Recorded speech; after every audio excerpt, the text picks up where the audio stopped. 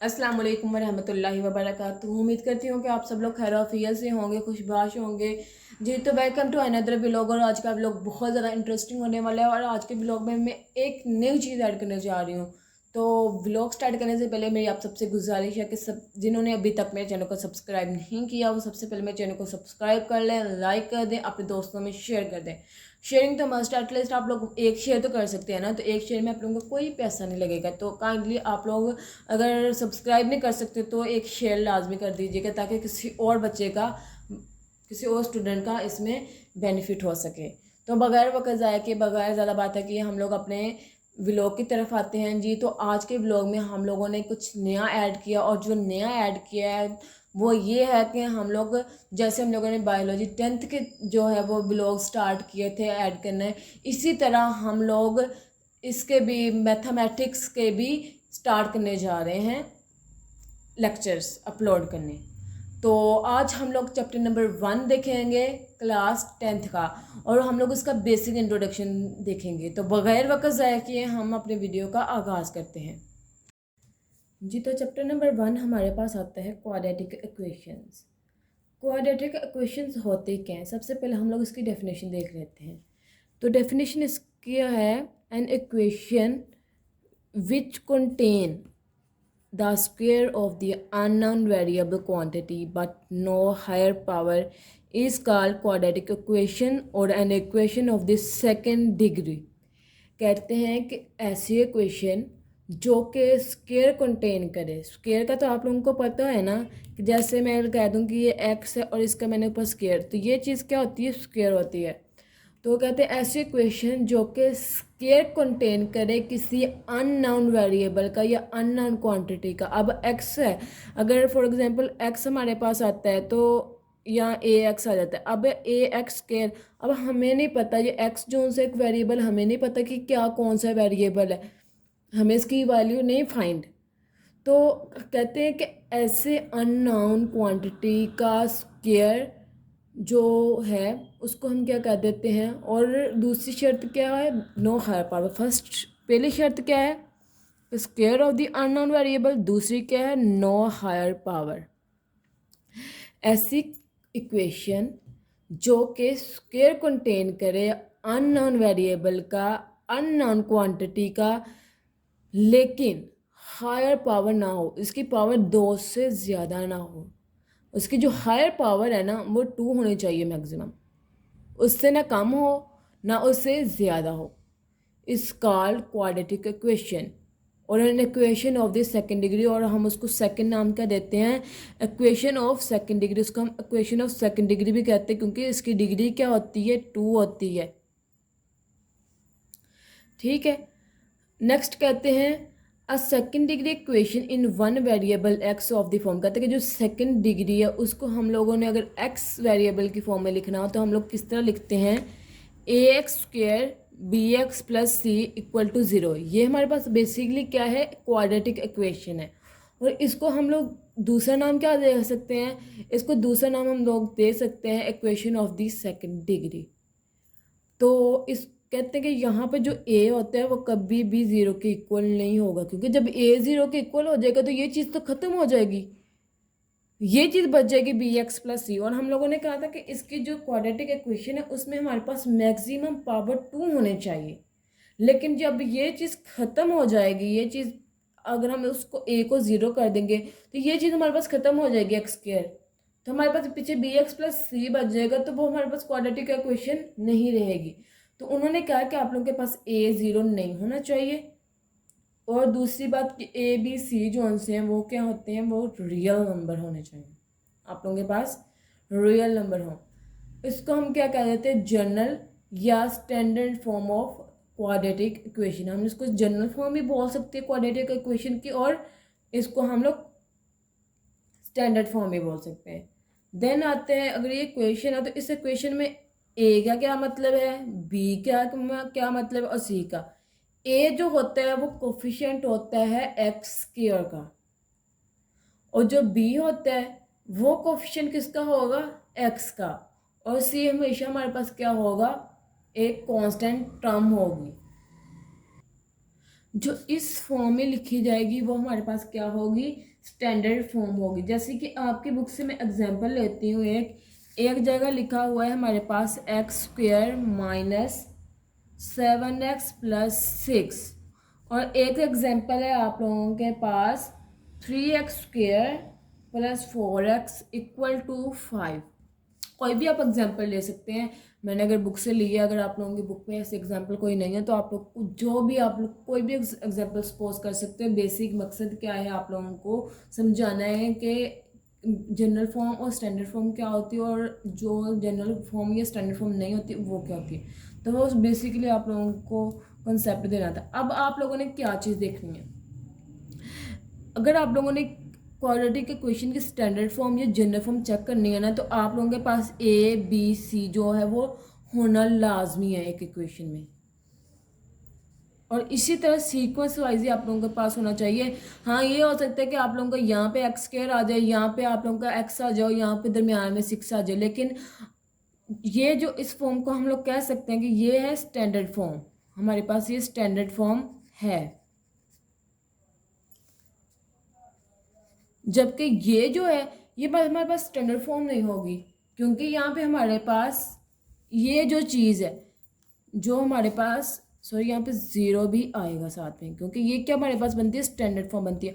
अब जब यहाँ पे हमारे पास 3x² प्लस 4x आ जाएगा इक्वल टू ये 5 हो जाएगा, तो ये हमारे पास स्टैंडर्ड तो नहीं ना रहेगी, क्योंकि यहाँ पे सिर्फ हमारे पास ए और बी मौजूद है, और सी जो है वो साइड पे, वो इक्वल के दूसरी साइड पे है। जबकि हम लोगों ने क्या कहा था कि जो है आप लोगों की जो इक्वेशन है वो ax plus B x plus C is equal to 0 के फॉर्म में होने चाहिए। हाँ, अगर आप लोगों की ये जो इक्वेशन है 3x² plus 4x is equal to 5, अगर हम लोग इसको लिख देते हैं 3x² plus 4x minus 5 equal to 0, then ये स्टैंडर्ड फॉर्म बन जाएगी। देन हमारे पास ये स्टैंडर्ड फॉर्म बन जाएगी, अदरवाइज ये हमारे पास स्टैंडर्ड फॉर्म नहीं बनेगी। ये फिर स्टैंडर्ड फॉर्म होगी, और ये क्या होगी, स्टैंडर्ड फॉर्म नहीं होगी, हमारे पास ये जनरल फॉर्म होगी। अब नेक्स्ट हम लोग बात कर लेते हैं, हम नेक्स्ट बात करेंगे कि प्योर क्वाड्रेटिक हमारे पास क्या होता है। क्वाड्रेटिक, यहाँ पे मैं दोबारा वही आप लोगों के सामने लिख रही हूँ question, ax² plus bx plus C equal to 0, यही इक्वेशन मैं आप लोगों के सामने लिख रही हूँ। अगर इस इक्वेशन में b हमारे पास 0 के इक्वल हो जाता है तो जो रिमेनिंग हमारी इक्वेशन बनेगी उसको हम प्योर क्वाड्रेटिक बोलेंगे। यानी कि अगर आप लोग यहाँ पे 0 पुट कर दोगे तो ये चीज़ ख़त्म हो जाएगी x वाली, तो आप लोगों के पास क्या बचेगा, ax² plus C equal to 0। तो ये जो फॉर्म होगी ये आप लोगों के पास क्या हो जाएगी, प्योर क्वाड्रेटिक हो जाएगी। अब आप लोगों को एक एग्जांपल दे दूं कि फॉर एग्जांपल आप लोगों के पास ये एक एग्जांपल आ जाती है, तो ये हमारे पास क्या होगी, प्योर क्वाड्रेटिक होगी, क्योंकि इसमें हमारे पास x² की शर्त ही है कि यहाँ पे आप लोगों के पास जो प्योर क्वाड्रेटिक होती है उसमें आप लोगों के पास b 0 होना चाहिए, और जो है x² के आप लोगों के पास टर्म मौजूद होने चाहिए। अब आप सोच रहे होंगे कि यहाँ पे a तो है नहीं, a कहाँ गया जी। आप लोगों को पता है जिसके साथ कुछ नहीं होता उसके साथ हम लोग 0 तो नहीं लिख सकते, उसके साथ हम 1 लिखते हैं, 1 के साथ मल्टी, क्योंकि 0 लिखेंगे ना तो वो 0 हो जाएगा। तो आप लोग यहाँ पे लिख सकते हैं 1 डॉट x² माइनस 16, तो ये हमारे पास सी हो जाएगी, यहाँ ये हमारे पास ax² की फॉर्म में आ जाएगी। तो ये क्या होगी, हमारे पास क्वाड्रेटिक इक्वेशन होगी, प्योर क्वाड्रेटिक इक्वेशन। मैंने एक और एग्जांपल ले लेते हैं, 4x² माइनस 7 इक्वल टू 0, तो ये भी हमारे पास क्या होगी, प्योर क्वाड्रेटिक इक्वेशन बन जाएगी। उम्मीद करती हूँ कि आप लोगों को ये समझ आई होगी। ये बेसिक बातें थी जो मैंने आप लोगों को आज के लेक्चर में बतानी थी। नेक्स्ट लेक्चर में हम इंशाल्लाह पढ़ेंगे कि हम लोग सोल्यूशन जोन से कितने वे से इसका सोल्यूशन हम लोग निकालते हैं। बेसिकली तो इसके टू वेज हैं, एक फैक्टराइजेशन है और दूसरा जो है आप लोगों के पास कंप्लीटिंग स्क्वायर है। तो हम लोग इंशाल्लाह 1 बाय 1 दोनों को डिस्कस करेंगे, लेकिन आज के लेक्चर में नहीं, क्योंकि अगर हम लोग आज के लेक्चर में करेंगे तो वो लेक्चर काफ़ी ज़्यादा लेंथी हो जाएगा। तो आप लोगों को समझने में भी मुश्किल हो। इसलिए हम लोग आप आज का जो लेक्चर है वो यही वाइंड अप करेंगे। आप लोगों ने बताना है कि आप लोगों को समझ आई है या नहीं आई। अगर आप लोगों को समझ आई है तो आप लोगों ने मेरे चैनल को सब्सक्राइब करना है, लाइक करना है, इसको दूसरों तक भी शेयर करना है। ये तो एक शॉर्ट सा इंट्रोडक्शन था कि आप लोगों को पता होना चाहिए, क्योंकि मैं आप लोगों को अगर डायरेक्ट एक्सरसाइज स्टार्ट करवा देती तो आपको पता ही नहीं होना था कि प्योर क्वाड्रेटिक इक्वेशन क्या होती है, क्वाड्रेटिक इक्वेशन क्या होती है, स्टैंडर्ड फॉर्म उसकी क्या होती है। तो ये चीज़ें जो है पहले समझना ज़रूरी होती है। जो इसकी थ्योरी होती है बेसिकली वो पढ़ना लाजमी होती है, क्योंकि एक्सरसाइज तो आप लोग अगर रट्टे मार लो या आप लोग किसी मतलब बुक से देख लेते हो, कोई हेल्पिंग बुक से देख के भी सॉल्व कर लेते हो, लेकिन बेसिक चीज़ आप लोगों का कंसेप्ट क्लियर होना चाहिए, आप लोगों को पता होना चाहिए। अगर कोई डेफिनेशन आप लोगों को आ जाती है, आप लोगों को पूछ लेते हैं क्वाड्रेटिक इक्वेशन क्या होती है, प्योर क्वाड्रेटिक में क्या फ़र्क है, क्वाड्रेटिक में क्या फ़र्क है, स्टैंडर्ड फॉर्म क्या होती है, तो आप लोगों को ये चीज़ें पता होना चाहिए कि क्या होती हैं। जैसे मैंने आप लोगों को बताया था कि ये ए एक्स के जो है इसमें ए जो है वो कोफिशिएंट किसका एक्स स्क्वायर का है, बी एक्स में बी क्या है वो कोफिशिएंट है एक्स का, और जी कांस्टेंट है। इस तरह की जो छोटी छोटी चीज़ें आप लोगों को आनी चाहिए। आप लोगों को वो स्टैंडर्ड फॉर्म, अब जैसे मैंने आप लोगों को लास्ट में जो एग्जांपल दिए थे, अगर यहाँ पर फिर एक दफ़ा मैं आप लोगों को एक और भी दे देती हूँ आप लोगों की आसानी के लिए। तो जैसे मैं यहाँ पर लिख देती हूँ 3x² + 4x = 9। तो ये अगर आप लोगों को MCQs आ जाते हैं पेपर में तो आप लोगों से पूछ लेते हैं कि ये स्टैंडर्ड फॉर्म है या नहीं है। तो ये स्टैंडर्ड फॉर्म नहीं है। ये स्टैंडर्ड फॉर्म कब बनेगी, जब हम लोग 9 को दूसरी साइड पे लेके जाएंगे, तब ये हमारे पास क्या बनेगी, स्टैंडर्ड फॉर्म बनेगी। तो इस तरह की जो छोटी छोटी चीज़ें होती हैं ये आप लोगों के MCQs में पूछ ली जाती हैं, और जब आप लोग आगे पढ़ते हो तो कहीं ना कहीं आप लोगों को ये चीज़ें काम ज़रूर आती हैं। कोई आपका छोटा बहन भाई आपसे पढ़ने के लिए आ जाता है, वही आपसे पूछ लेता है कि मतलब कि हमने कैसे हम ये आया या क्या होता है, तो आप लोग उसको गाइड कर सकते हैं इजीली।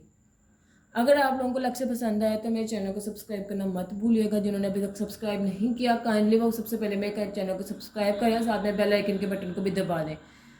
और आप लोगों ने वीडियो हमेशा की तरह जो मैं आप लोगों को हर वीडियो में कहती हूँ कि आप लोगों ने शेयरिंग लाजमी करनी है। इट्स मस्ट, शेयरिंग मस्ट है, आप लोगों ने लाजमी करनी है। आप लोगों को एक शेयर करते हुए कोई आप लोगों को पैसा ज़ाया नहीं होगा, कुछ नहीं आप लोगों को फ़र्क पड़ेगा। सिर्फ आप लोगों को इतना फ़ायदा होगा कि ये चीज़ आप लोगों के लिए सदका जारिया बन जाएगी। तो अगर आप लोग चाहते हैं कि आपके लिए चीज़ एक सदका जारिया बने तो आप लोग इसको आगे से आगे इसको शेयर करें। जितना ज़्यादा शेयर होता है आप लोग शेयर करें इसे। अगर आप लोगों का कोई भी क्वेश्चन हो इस रिलेटेड, या कोई आप लोगों को समझ ना आई हुई हो बात, या आप लोगों को ये वे अच्छा ना लगा हो, तो आप लोग मुझे बता सकते हैं। देन मैं अपना जो वे स्टाइल है वो चेंज भी कर लूँगी अगर आप लोगों को समझ नहीं आएगी तो।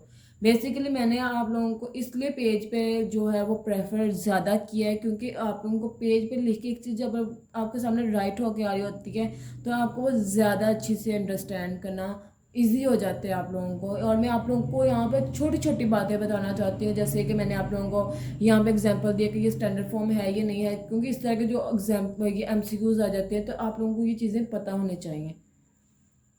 तो उम्मीद करती हूँ कि आप लोगों को लेक्चर पसंद आया होगा, लेकिन फिर भी अगर आप लोगों का कोई भी क्वेश्चन है तो आप लोग मुझसे बिला झिझक पूछ सकते हैं। इसी दुआ के साथ मैं आप लोगों से इजाज़त चाहूँगी कि अल्लाह पाक हम सबको नफ़ा बख्श इल्म हासिल करने की तौफीक अता फरमाए। आमीन। अल्लाह हाफिज़।